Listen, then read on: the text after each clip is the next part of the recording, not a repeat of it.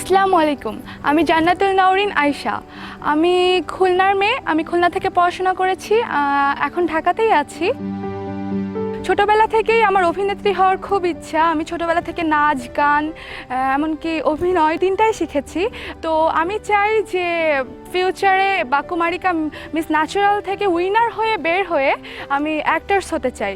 তো আপনারা আমার জন্য দোয়া করবেন আমি যাতে অ্যাক্টার্স হতে পারি, এমনকি আমাকে দেখিয়ে যেন আরও 5টা সাধারণ মেয়েকে তার বাবা মা বন্ধুরা সবাই যেন উদাহরণ দিতে পারে। সবার আগে আমি আমার মার কাছে অনেক কৃতজ্ঞ যে সে আমার সব থেকে বড় আশ্বাস ছিলেন।